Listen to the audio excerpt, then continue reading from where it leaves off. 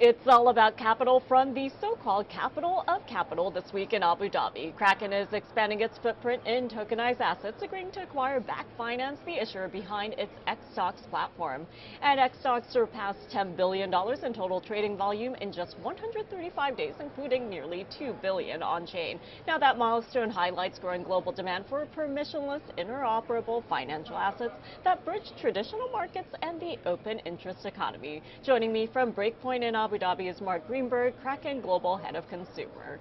Mark, great to see you. Thank you so much for joining us on this Friday evening where you are. So Bakkt has run xStocks from the start and helping to drive more than $5 billion in trading volume on Kraken. But tell me about the Bakkt acquisition and how it positions Kraken in the race to scale tokenized securities. Yeah, so first, Kraken and Bakkt have been partnered from the very beginning on xStocks, and we're really excited about the product we've been able to build together. It's now from the 10 billion, it's 12 billion now over the last 10 or so days. So it's growing at an amazing pace. We have more than 80,000 wallets so far in a mixture of on-chain and on the Kraken platform. And we recognize that together we were stronger than individually. And so the Bakkt acquisition is really about Kraken continuing to invest heavily in the xStocks brand, in what we're building in tokenized equities, and our belief that tokenized equities are just better than traditional equities for most users around the world. So pumped by this acquisition. It doesn't really change a whole lot for xStocks holders, except it's a signal that we're going to continue to invest even more heavily in the space. Yeah, and Mark, for viewers out there who may not be as familiar with what xStocks does, can you walk us through what's going on here and why this milestone is so significant? Yeah, so xStocks are permissionless 24/7 tokens that represent underlying equities. They've existed now since actually when we last spoke on the Solana Accelerate stage, maybe 4 or 5 months ago, when we launched them at first. And so a very strong trajectory to that $12 billion in volume. The idea behind them is to make equity trading as simple as crypto trading and 24/7 permissionless. You can use them around the world. You can buy them in places like the Telegram app in markets like Uzbekistan, as well as in markets like Europe and in South America. Really, and then you can take them and use them on chain. And so you can use them as collateral as for lending. You can use them to earn yield and all sorts of different uses on chain are created just by xStocks being very standard SPL Solana type tokens. So a new way of offering equities to a whole new set of users, but actually very similar to the underlying crypto products that have been trading with those users for a very long time.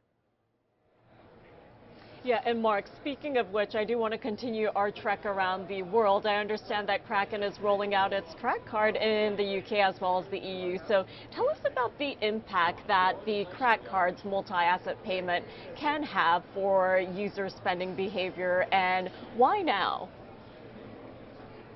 Yeah, so Kraken's platform is really focused on being liquidity behind all sorts of different types of assets. So started with fiat currency and stable coins and crypto assets. And now with xStocks, all those things can be traded 24/7 and can be used in all sorts of different ways as money.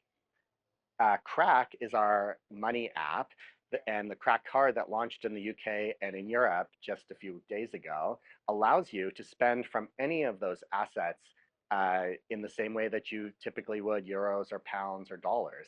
We're really excited about this vision where anything can be money, where any of those types of assets can be used to fund your purchases. And the Crack card in Europe and the UK is just a start towards that. And Mark, finally, before I let you go, what do you expect investors to prioritize as we head into 2026 when it comes to both on-chain as well as off-chain markets? And how is the merging of TradFi and DeFi shaping the outlook when it comes to capital flows in 2026? Yeah, so tokenization is here to stay. Permissioned uh, opportunities like the one that GTCC is working on will live alongside permissionless models like xStocks, and we're really excited about the chance to use both to make both better. But tokenization of traditional equities will make them feel more like crypto assets. And then simultaneously in 2026, crypto assets will just be normal, regular, boring parts of regular trading. And so I look forward to a 2026 where we don't talk as much about crypto and traditional assets. They actually start to overlap in a really big way. And by the end of the year, you don't necessarily have to spend much time thinking about the difference.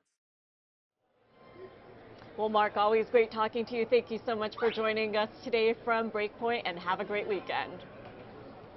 Thanks, you as well. Really appreciate it.